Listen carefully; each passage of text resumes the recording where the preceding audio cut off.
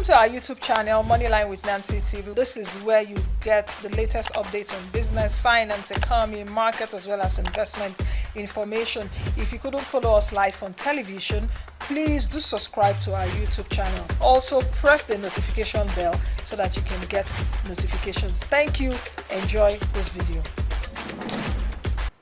All right, welcome back. Kalu Aja is with me now. He's a financial analyst and will be looking at Tinubu's economy, the pressing issues. And so the issues, they press us. Anyway, good morning. Good morning, Kalu. Good to see you. How are you? I'm very well. Thanks for the invite. How are you doing? I'm well, but can be better. And I know I speak for millions of people. We're just thanking God that we're alive, one day at a time. So let's get started. We have quite a lot to talk about. You're an economic analyst, a financial analyst. I know there was a time I spoke to you, I think late last year, or around after Tinubu entered. And I asked you a question. I said, what is the timeline that you're giving to this administration? And you told me 18 months. Can you remember? Yes. Yeah. Your 18 months seems to have elapsed. Yeah, clearly it's elapsed. Yeah. So is there a sense that this administration has a sense of what it's doing? I think they know what's going on. I think they are still held back by what we talked about last time, which was the politics of the economy, right? They know what to do, but they are incapable of doing expansive, transformative change because the politics don't allow them, or they don't want to take the risk that Mr. Tinubu would lose a second term. It's as plain as that. When we were here, remember, Nancy, we talked about the bold policy that Mr. Tinubu had taken, i.e. removing fuel subsidy and floating the Naira. And from then till now, the Naira, the subsidy has been taken on, put back on, now taken off again. We've lost a lot of time. We talked about the need to address inflation, to import food, because food is about 67% of the average household budget. Import food for very, very short term, face the insecurity, take out those guys so that food output can then increase and prices can go down. That was not done. Tinubu said we will not import food. Then I agreed to import food duty-free. Until today, there is no duty-free food already in the country. So you can see that there seems to be a sense of we know what to do, but to do it then seems to be the problem. Either we're fighting with some bloc or some state governors or perception. But I think he's weighed down by trying to please people and not be able to take transformative change that would then push the economy where it should go to. Kalu, are you saying that is about politics? Because if you're saying that trying to please people, President Tinubu will want to please many Nigerians if he has eyes on 2027. But I've always told them, and if they care to listen, let us live in the present first before you even talk about the future. Because the future is not even assured. We don't even know if you'll be alive by 2027. Do you understand? Do what you're supposed to do in the present, and your actions will speak for you come 2027, whosoever or among the political parties that will field candidates at that time. So are you saying that it's more politics? Because many millions of Nigerians are unhappy with this government right now. So if you're saying it's politics, they will want to, they will want to get all the love they want to get from majority of Nigerians and appease them. The fact is that the economy had got to be reformed. The subsidies, the exchange, the import, all those had to be reformed. And they brought up policies to reform and transform the economy. But then they pull back. Look at the Dangote refinery.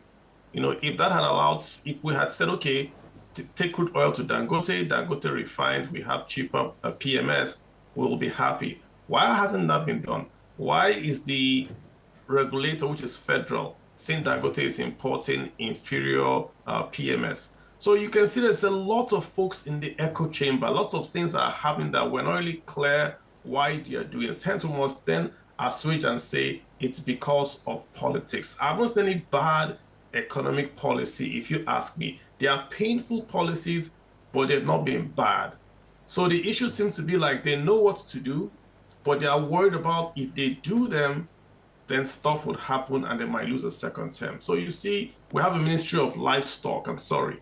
Why do we have that Ministry of Livestock? Because we want to placate a certain part of the country, right? Livestock is under agriculture. We'd have a Ministry of, should we say, entertainment, or a Ministry of that brings in GDP growth. This is the point I'm making. So we're taking economic decisions with an eye on politics, with an eye on winning this vote or that sector of the economy. So we go 2 steps forward, and we take, 3 steps or 2 steps back, and then we're in the same place. So, Kalu, let's take Johnny back and take a look at even this petrol subsidy, because you're saying that you said that these economic policies are needed. Even before President Tinubu took off the subsidy, in fact, the 3 political parties also campaigned on, we're going to take off the subsidy and all of that. But let's take a step back and let's take a look at the opportunity cost right now, of perhaps what it is right now and what it would have been. There's a high cost of living crisis right now. Nigerians are living under severe pain. As a result of that removal, it has impacted everything. Then the Naira is on one hand beating all of us. The Naira is not also helping our matters. If you take a look at it, what the economy has lost in terms of businesses shutting down, in terms of even people dying, in terms of your Naira not able to buy as much as it should buy, even though there are some states now saying they're paying 80K as minimum wage, 73, 75, it is still not enough, I was lamenting here last week, Monday, when I came back from Washington, and I said, guys, I don't think you all understand what is happening in this country. Because if you're even saying petrol keeps on increasing, and as a business person, as an employer, you can't keep increasing salaries because you're not even making the money. So what am I asking in essence? This or that. What's the opportunity cost? Because another thing is, Nigeria is a country that is blessed with oil. Many Nigerians see that this is one product, subsidy, that will impact everybody. So why not we choose our hard, as it were? Leave the subsidy, let Nigerians, give them a breather a bit, because there's been saying around there's corruption in that space. And the economy now has gone, Yeah, I hear you. Yeah. I hear you, Nancy. The problem was not the subsidy, it was the lack of the palliatives after the subsidy was removed. When they took away subsidy, their revenues went up by almost 3 times 3. But the palliatives to the economy did not follow. We had to beg for palliatives. The CNG buses are not here. The minimum wage has just been announced, just recently, last month, but the subsidies were removed a year ago, right? So what they should have done was to take away the subsidy, immediately increase the minimum wage, have the buses ready to go, have a system whereby they could pay this wage or this allowances to the commercial drivers to buy gas at a lower price. If they had done most of this way back last year, you would have reduced the pressure, the cost of living increases on Nigerian households. They did not do that. They kept on sharing rice over and over and over again. So the fuel subsidy issue then became this big albatross, because everyone says, listen, we're paying too much for fuel, which is a fact. But the point is that the subsidy is unaffordable. All the income Nigeria makes from selling crude oil is barely enough to pay salaries, pensions, and allowances of only federal civil service workers and the MDAs. The total revenues we make from crude oil, total, cannot service our foreign debt. So the oil revenues are really not there anymore. They're just, we just make oil and we pay back the foreign debt. So if you take a look at the balance sheet, we have to take drastic action and say, what are the assets? What are the liabilities? You can't get more money from the assets, i.e. the sale of crude oil. When that comes in, you pay palliatives. That's going to be the opportunity cost. You lose some revenues, you retain some revenues, and then you start to plan for the other parts of the economy. So the question now, I understand what you're saying, Kalu, and it's neither here nor there. The question now is that, as it were, subsidies are gone. So what are Nigerians now gaining? What are Nigerians gaining? The extra revenue that they've received from the subsidies should have gone back to the Nigerians. That's the point. That's where what's missing. But the You governors are just also increase saying that revenues. yes, the governors are saying that the monies are not enough, that the monies It's are not being a, eroded by inflation. So that means like Nigerians are now deceived to allow subsidy to go no, because FARC the has states gone have up, so the come. money is there. FARC has gone up. So the money is right there. So instead of FARC going up by 10, let it go up by 5, take the extra 5 and do a palliative. And there are ways to do this. The point is that the subsidy, like you said, is corruption, right? The oil comes and we pay subsidy at the ports. You could have paid subsidy at the pumps. You could have said use your NIN phone with a cell tower with BVN and eNaira, and you pay to Nigerians that link their phone to their car registration. You get maybe 10,000 or 15,000 naira to buy gas at the pump of Nigeria at a price. You just give them the cash. The oil price will still be at the current market price. But if you earn below a certain amount of money, or you are poor, or you run a commercial bus, you get cash from the government to pay for using eNaira at the pump. You eliminate smuggling, and then you can then say we're giving back to the folks that are going to use gas in Nigeria a palliative.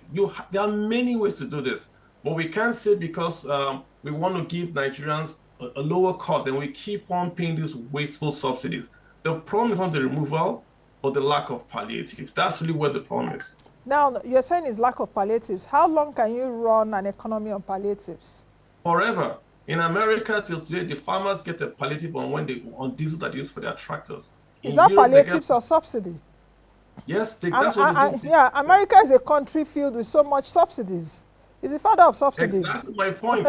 You cannot run there's no economy without subsidies or welfare. It just doesn't work that way. You've got to come in and say, where can the government plug the holes? The poor, the vulnerable, the sectors that are not economically buoyant. You go there and then you put a safety net under there.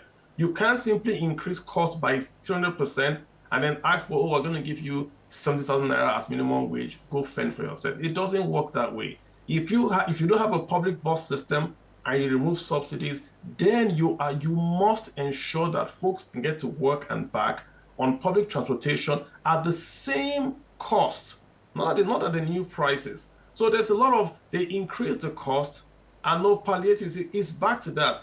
PTF, the Petroleum Trust Fund, was a response to the removal of palliatives. So Nigerians saw their costs also go up, but they saw PTF. And it's the same. Shopee was also, the cost went up, people saw Shopee. What have we seen with this increase in fuel? So what have we seen? We've seen rice, but we haven't seen these major transformative plans to say we're going to invest money in the Nigerian economy. That's the point I'm making. If we had seen that, the pain would have reduced substantially. How do we address the elephant in the room, which is that of Naira? And I don't know if you think the same way, because I'm thinking the same way. The depreciation of the Naira is also a very big problem. I was reading, was it some days ago? So the forecast that Naira will get to 2,000, and I was like, oh God, it shouldn't just happen. You know, what do you think? How should we address the issue of So the Naira? the Naira is the result of the exam. It's not the exam. The exam is oil output in Nigeria and international oil prices. Nigeria cannot affect international oil price, but we can affect output. OPEC's quota is 1.5. Nigeria's budget is 1.7. We are hovering between 1.5 and 1.7. If Nigeria today is doing about 2 million barrels a day, the same level we did in about 2005, the Naira will instantly gain value. Instantly. So the problem is not the exchange rate, but the lack of exports, net exports. And the key export is oil and gas. So We are so the on question, Kalu, sorry to interrupt. The question yeah. will now be, why devalue the Naira without getting your volumes up, as it were? So we go back to the Do you point that understand why devalue if your you, Naira?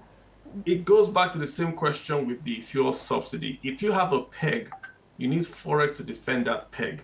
Nigeria had no foreign reserves to defend that 477 peg Naira to $1 peg that we had. We have no forex to defend that peg. Right now, they are building up the reserves. If you peg it, you have to defend it. there's no dollars to do that. So the cold reality to Nigerians is this: without foreign reserves, you can't have a strong Naira. And the way you get foreign reserves is to export. Export what? Oil. So we can say, yes, we should have the valued, or we should have move the peg up. If you move the peg up to 1,000, it will come under pressure now. You're already saying 2,000, it will come under pressure. What lots of why the difference now and the difference say in 10 years is that the only folks 10 years ago that wanted dollars were importers. So if I want to import, I want dollars, but I couldn't get it, but I want dollars. Today, lots of Nigerians want to hold $100 bill because of inflation. Just keep it in their pocket because they know if you just hold the $100 bill, the paper, for 3 months, you save your money than just holding Naira in the banks. So lots of demand for dollars because of high inflation. And high inflation is driven by food, not only by the printing, but really by food. So the circular economy is coming to play here now. So everything is interconnected. Food is connected to inflation. Oil output is connected to Naira value. And none of this is working. So we're seeing the results, but the real issue is this food and the lack of exports of crude oil. Those are the two biggest problems Nigeria have: the lack of food output locally and the lack of exports of crude oil. If you fix these two, most of these questions you ask me are going to go away. You would have a stronger Naira and you have lower inflation. The Nigerians would then begin to feel a bit of ease from the economic stress that they are facing.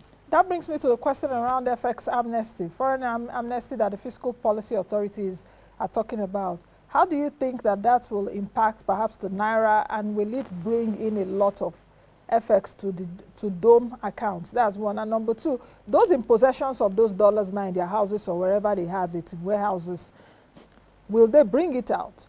Because we are talking about even high net worth individuals. I saw that and I was afraid because this is what I didn't want them to do. When you start to talk about you want to go to dome accounts or you want Nigerians to bring dollars in, Nigerians will do the opposite. They will not bring dollars in. As a matter of fact, dollars are not going to be on the ground now. I don't know anyone in his right mind that will take his dollar and say he's doing amnesty. Amnesty for what? It's my dollars. Who did I get it from you? And I read that they're saying even if you have dollars abroad, if you give me dollars and you want it back, then ask for it. But if I earn dollars, I opened up maybe a store and I was doing canvas to a guy abroad and he paid me dollars. How is it your dollars? It's my money. If you want it, buy it from me. That's how they've operated. So trying to say this amnesty, what crime did you commit that is amnesty? I'm a bit worried about this, and I hope they can communicate better what they want to achieve. I've seen amnesty in South Korea where they said, listen, if you have dollars abroad, you can bring it back in. But they were talking to the guys that they felt had taken monies out of the system because one military guy came in. I'm a bit, what they are saying now doesn't really jive to me. There's a lot of remittances that Nigerians receive from their folks abroad. Is that the amnesty? If my brother sends me $100 abroad, I must bring it to the Central Bank of Nigeria. I'm not really sure what's going on there. And I'm a bit worried the language they're using. It's not an amnesty. We just did a $500 million local bond, dollar bond. It was hugely successful. Do more of that. Do dollar bonds, soak up the dollars from the Nigerian system. Amnesty sounds like you're telling people that to hold dollar is illegal. So of course, everyone's going to put their dollars on the ground. That's just my own take, my own opinion. To hold dollar in the Nigerian economy, is it not a crime? Is it not, you should hold your Nigerian currency. After all, do they hold Naira in the US?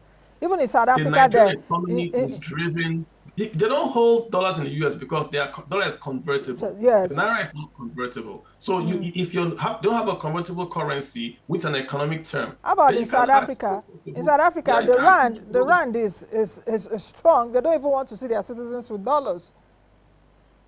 Is it illegal to hold a dollar? If it's illegal, then let's make it illegal, then we move on. But if it's not illegal, then what's the amnesty for? Like crypto, it's the same thing with crypto. Oh, it's illegal, it's not illegal. It's not illegal, but you can't open a bank account with it. You know, when you make these statements, you bring uncertainty, then folks go and create their own economy somewhere. So you see P2P happening. And this is the point we're making. Now, we're going to come to Donald Trump, but if the US adopts crypto, then what does Nigeria do? If the US is saying crypto is legal, will CBN still say it's illegal? So again, the language from the top regulators has got to be very, very clear. If you want dollars, buy it from the Nigerians, offer them a way to give you those dollars, and then you pay them interest. America's rates are going to come down. So if you offer a rate like even if it's 2-3% to Nigerians for a dollar, you will get an inflow because it's better than leaving it in the bank abroad. When you say amnesty, okay, if I bring it back to CBN, will you pay me interest on that or on the money I'm bringing back? So be clear on what you're doing. You just offer the bond, you are paying people that gave you dollars 9%. Then you are asking me to bring my dollars back to you under amnesty. Will you pay me 9%? So I'm not really clear. Maybe if it's clearer, I would understand how to explain it. But for now, I don't understand what's going on. Okay. Now let's take a look at all the potpourri of issues we're talking about around macroeconomic stability. What are the top three headaches that we really have in the economy right now? Out of all the issues we have. Inflation, inflation, inflation. Then how do we address it? Because earlier on you said, of course, our inflation is driven by food. The food inflation, we're seeing the MPC addressing Nigeria's inflation through monetary prescriptions. We've seen 5 rate hikes this year so far. There's another meeting of the MPC later this month. I'm not seeing anything different that they will do. Perhaps they will even increase the rates again. We are awaiting the October inflation print anytime soon. So the prescriptions are around addressing inflation. Is there some kind of disallocations there? Yeah, because the problem is that if you read a textbook, it says when you have high inflation, you increase the interest rate in the economy, which means that you sacrifice growth for lower inflation. In Nigeria's case, the inflation is being driven by the lack of supply of food to the markets. You can't fight that inflation by increasing the monetary policy rate. You fight that inflation by increasing the supply of food to the market. 2 ways. Either you stop the insecurity in the food basket so that food flows. I just read a report. Beans have now been harvested, so the price of beans in Nigeria has fallen by half. But by in 3 months' time to go back up again because we don't have storage, we don't have post-production in Nigeria. So it will fall now, it will go back up again. That's one way. You increase local food, or number 2, you import food. If you can get food into Nigeria cheaper, then inflation comes down. If you bring the monetary policy rate to 100%, you don't print a single Naira from today till December, inflation in Nigeria will not fall because you're not attacking food. Food is 51% of the consumer price index, is 67% of the average household spend. So just attacking monetary expansion alone will not reduce inflation. Not saying you shouldn't, but that alone won't bring it down. And that's where I think we're missing. So Nancy, should we not say, okay, let's now go after growth and ignore inflation? If we have 50% inflation, but the SMEs are employing people, the SMEs are selling because there's now liquidity in the system. Is that not a better thing to do than saying we're targeting this inflation that we can't kill? No, but 50% will be so. Yes, 50% will be so high. That because we also have countries that have high inflation, and we've seen like Greece, Venezuela, Zimbabwe. Those ones are even on the extremes. We've seen, I think, Argentina and all of that. That actually is not also a very good prescription to say, okay, allow inflation to just go up there and allow inflation to be high while you are giving some kind of allowance to growth. Something must give. To choose. It's a choice. You either you reduce growth, right, so that you can fight inflation, which they are doing now.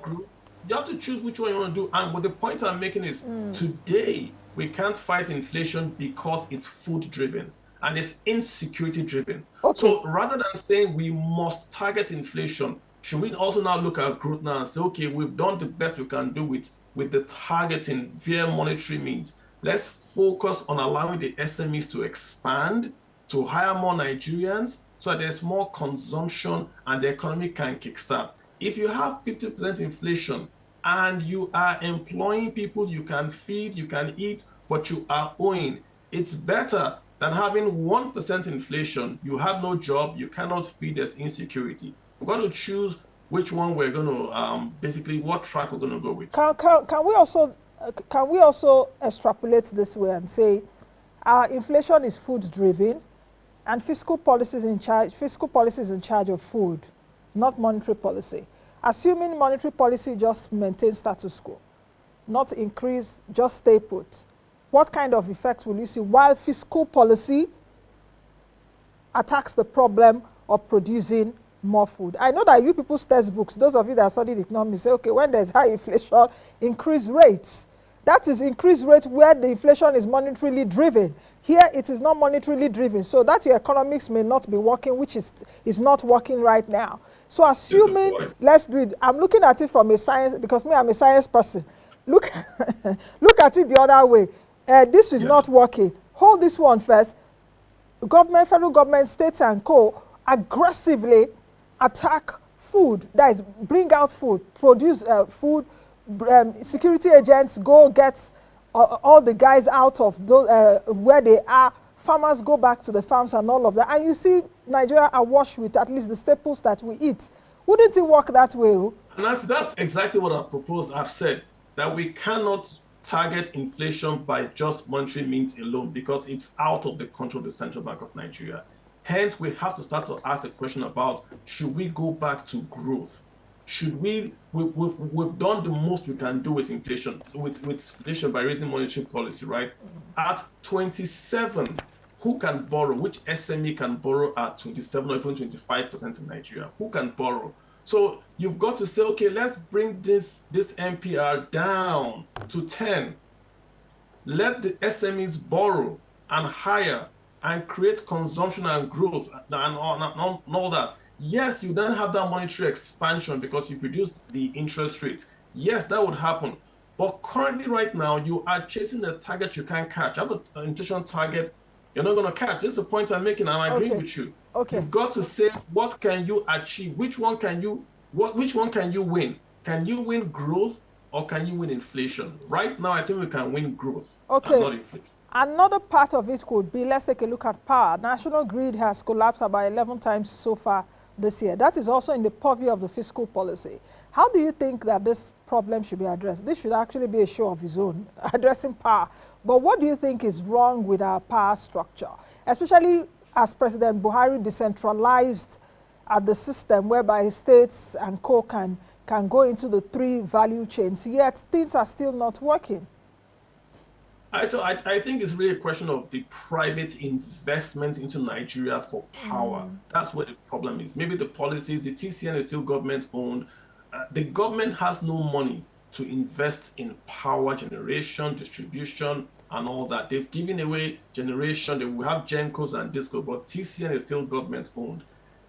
There has to be investment. I'm hearing 50 billion or so that has to come in to modernize the grid, to decouple the grid. So you'd have solar, hydro, and all that all across Nigeria. So there's now enough power generated, but also transmitted, but at a price that makes sense for the investors.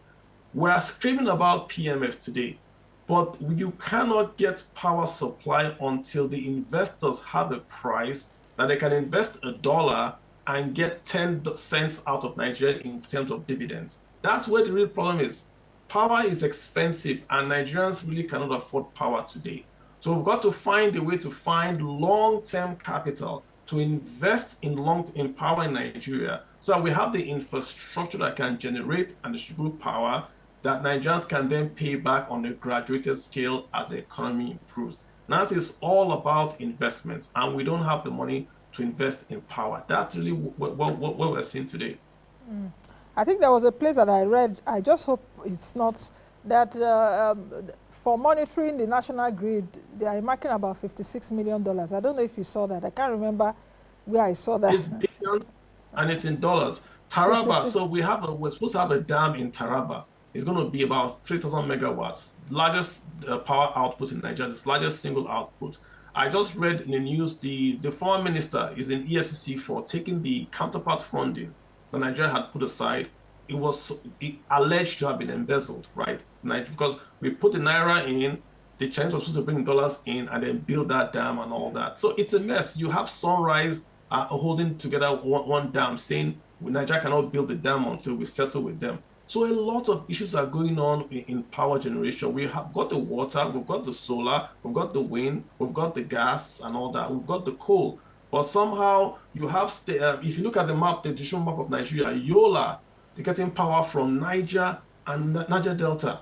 That far, why can't Yola do solar and get that grid powered by solar, then of course supported by coal and gas from hydro from Niger and South South, but it's all sort of linked in. It's all waiting for, if there's no gas, there's no power. So it's a lot has to happen. The thing has to be decoupled. Investments, then decouple it, then let those regions have their own regional grids. So it's easier. You don't have this national collapse happening all over the place. But it's down to, so the president is in Saudi Arabia. He gets one or two investors to come in. Qatar, I mean, they're building something massive in Kaduna with real estate. Bring them in for power generation, long term. Because I don't think we have the money ourselves. We can't afford it. We need a long-term investor that's going to bring patient capital, 10, 20 years, 1%, 2%, that we can put in building infrastructure, and then over time, we pay back. The gas pipeline that's going to go to Kaduna from the AKK pipeline, still not done. So if we get that done, gas gets to the north, that's going to be a game changer for Nigeria. So a lot of opportunities that we can tap on, but we're not doing it yet. Do you think that Tinubu's tax reforms will be a game changer? I spoke with one of the FIRS officials last week. What do you think about it when you looked at the 4 tax bills? I like them. I think it's a very, very good, well thought out proposal. It's going to be a game changer for revenues. If what he has proposed happens, tax revenues will go up, tremendously up. So tax GDP will go up. That's for VAT, not particularly CIT, because there's a gradual reduction for CIT. So I don't let the cat out of the bag. I think if you look at there's a little nugget in that tax bill that says derivation becomes 60%. I think VAT is the starting point. And I think we must take it down the line and say, why only VAT? Why can't states incorporate companies? Why must only federal government incorporate a company? So if we have this, say, Yola or Kebbi incorporating a company, then let Kebbi also be allowed to then charge company income tax. You'll be creating more bureaucracies, Kalu. There's no bureaucracy. Yes, now because you will create an agency in that state that will be like a CAC to incorporate a company. Just like Delaware, state of Delaware, Nigerians go to the state of Delaware, not to the United States to incorporate a company. You pay your state, you pay your federal. Some states, federal doesn't have income. That means you have CAC's replica across all states. The same like in any federal republic. So this is the point. We cannot have just the federal government of Nigeria. They shouldn't be creating companies. It's a state issue. The state should incorporate companies. The state can, if they want to, tax those companies. The federal can also tax them. Again, remember, in Florida, in Texas, in California, in New York, different tax systems. Some states tax you, some states don't tax you. The states that want to attract investors can say, we're not going to tax you payee, we're not going to tax you corporate income tax, come to our state, zero taxes. Some states will say, we don't care, we're going to tax you. But in a federal republic, that's how it should happen. Okay, 1 more minute for my question. Of course, U.S. elections. What do you think? President Trump is now the president-elect. Do you see anything that would impact perhaps the Naira investors' confidence? Of course, rates are going down in the U.S. Should Nigeria use this opportunity to be able to attract investment? Then secondly, President Trump is not particularly a fan of Africa. I discussed this last Wednesday.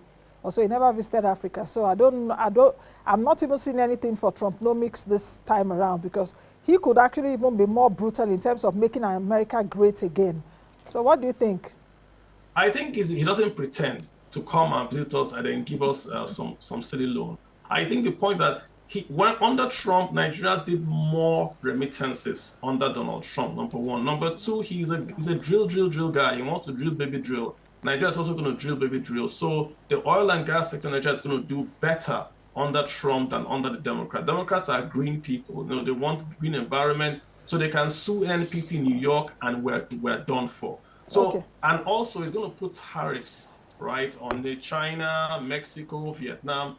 That might be an opportunity for Nigeria to come in because we have AGOA. It's gonna expire 2025, but we still have African Growth and Opportunities Act, which you can take advantage of and still get goods into America zero tariff. So I would say net net, let's watch. I don't think it's Okay. going to be as bad as people are saying. Saying. Net net, let's watch.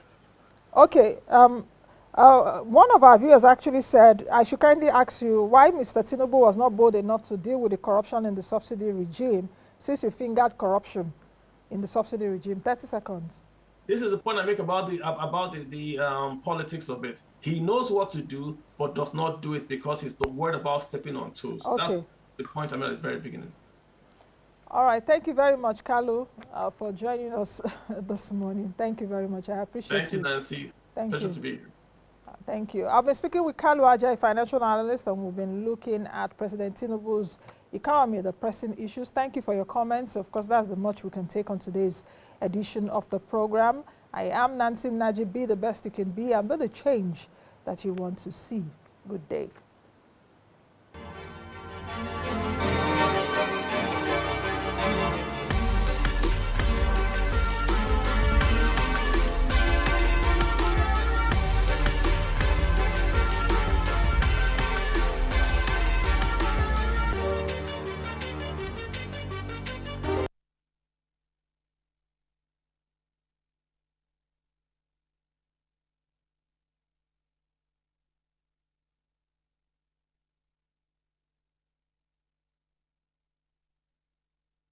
Thank you for watching. In case this is your first time watching us, thank you.